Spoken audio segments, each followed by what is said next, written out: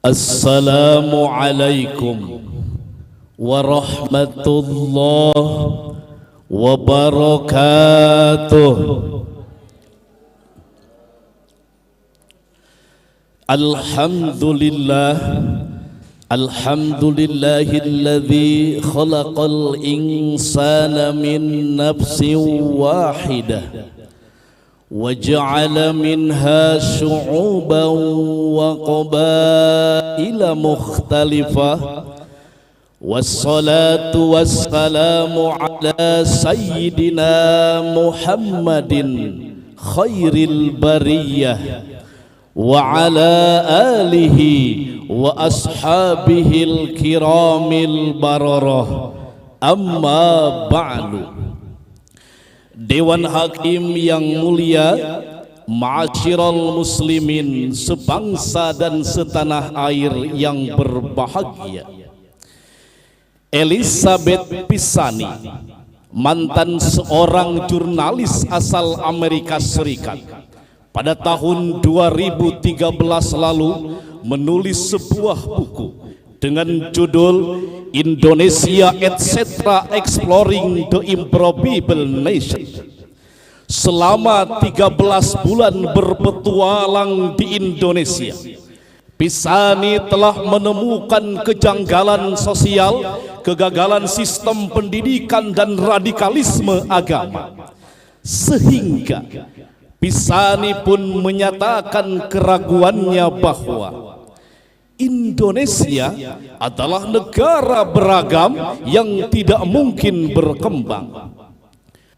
Ungkapan dan keraguan Pisani tersebut, hadirin, bukan tanpa alasan. Sebab yang terjadi sampai saat ini terkadang hanya karena perbedaan dan fanatisme buta, beda ras dan keturunan, bahkan beda partai dan dukungan telah menghancurkan segalanya. Akibatnya, hadirin, persaingan tidak sehat, permusuhan, perpecahan dan gontok-gontokan yang meluluh lantahkan nilai-nilai persaudaraan. Bahkan yang lebih memalukan dan memilukan, hadirin, konflik masalah agama di Indonesia seolah tak pernah padam. Mulai dari intoleransi antar umat beragama, radikalisme atas nama agama, sampai perbedaan pandangan nasab pun semakin membara. Sehingga terkadang kita lupa dengan semboyan bangsa kita, Bhinneka Tunggal Ika. Betul, hadirin?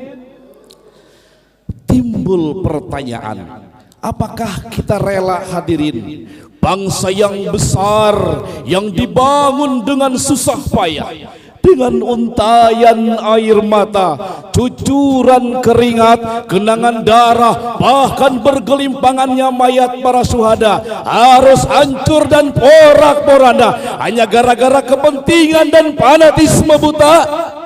Tentu tidak, hadirin. Ingat, di mata dunia internasional, Indonesia dikenal sebagai negara the unique and interesting country, negara yang unik yang tidak dimiliki oleh bangsa lain di dunia. Dengan demikian, mengingat betapa pentingnya hal tersebut, maka merajut persaudaraan dan bingkai kebinekaan adalah judul yang akan diuraikan pada kesempatan ini dengan landasan Al-Quran surah Al-Hujurat ayat 13. A'udzu billahi minasy syaithanir rajim. Bismillahirrahmanirrahim. Ya ayyuhan nasu inna khalaqnakum min dzakarin wa untha Inna khalaqnakum min dzakarin wa untha wa ja'alnakum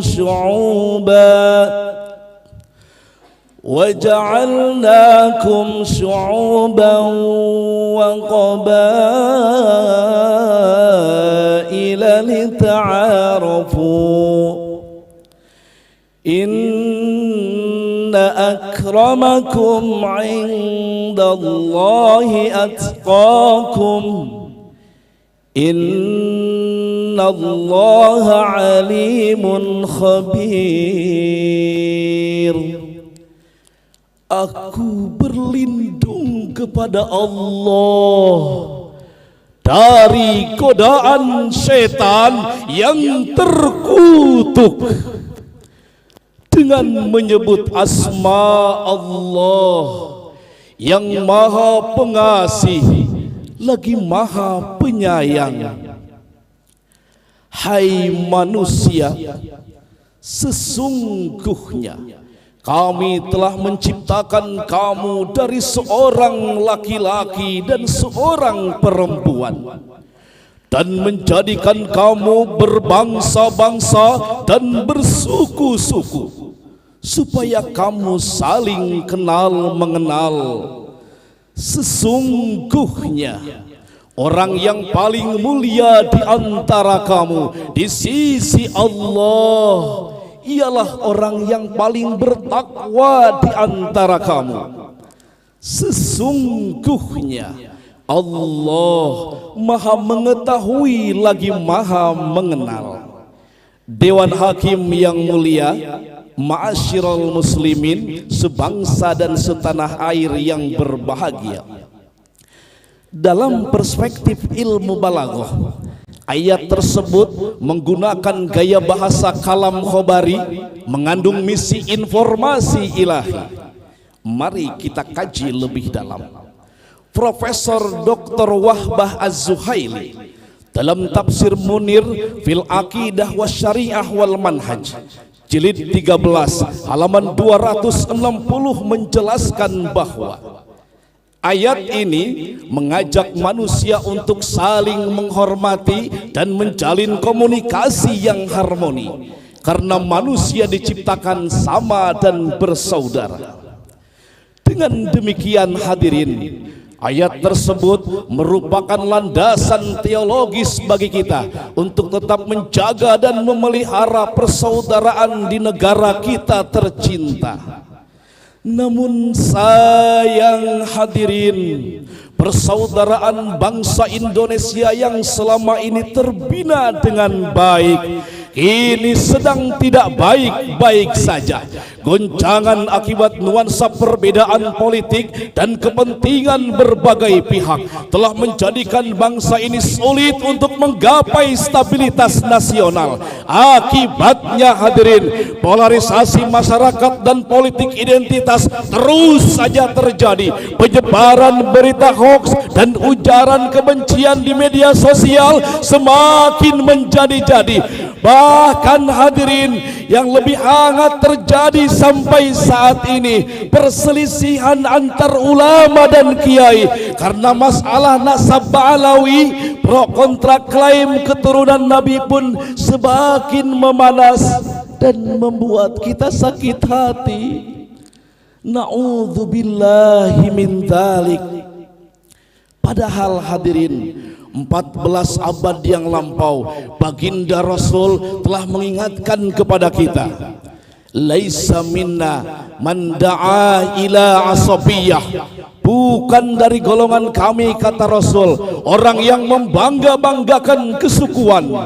Walaisa minna man qatala ala asabiyah, dan bukan dari golongan kami kata Rasul orang yang perang karena membela kesukuan. Walaisa minna man mata ala asabiyah, dan bukan dari golongan kami kata Rasul orang yang mati karena membela kesukuan. Demikian hadis riwayat Abi Dawud.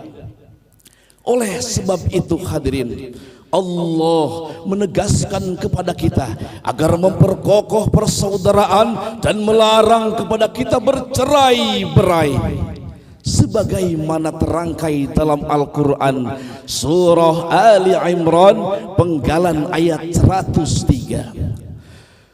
Wa'tasimu bihablillahi jami'an wa la tafarraqu.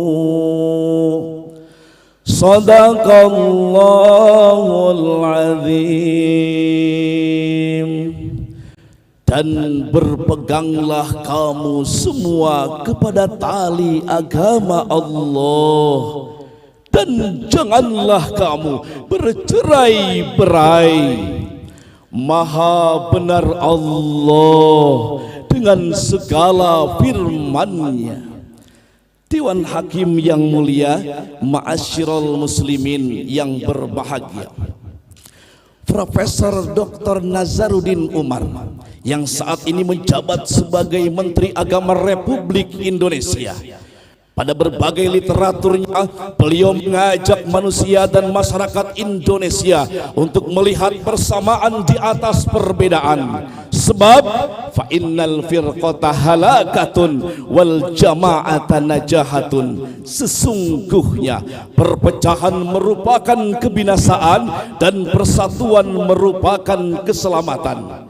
Demikian penafsiran Imam Qurtubi dalam tafsirnya jilid 4 halaman 159. Dengan demikian hadirin, untuk membangkitkan bangsa kita dari keterpurukan saat ini, apapun partai kita, apapun nasab dan keturunan kita, bagaimanapun warna kulit, suku, bahasa dan agama kita, syarat mutlaknya hadirin adalah bersatu padu, bukan berseteru, berintegrasi, bukan disintegrasi. Mari kita jalin komunikasi yang harmoni. Mudah-mudahan kita menjadi bangsa yang baik. Amin ya rabbal alamin. Dengan demikian hadirin, dari uraian singkat ini dapat diambil dua kesimpulan. Pertama, kebinekaan dan keberagaman bangsa Indonesia merupakan rekayasa Allah yang wajib kita jaga dan syukuri. Dan yang kedua, upaya merajut persaudaraan dalam bingkai kebinekaan adalah dengan saling mengenal, saling menghargai, dan saling menanamkan nilai-nilai persaudaraan di antara kita. Setuju hadirin? Jika sikap ini yang diaplikasikan, insya Allah bangsa Indonesia akan bangkit, maju dan terus maju di bawah falsafah Pancasila dan Bhinneka Tunggal Ika. Sekian dan demikian. Wassalamualaikum warahmatullahi wabarakatuh.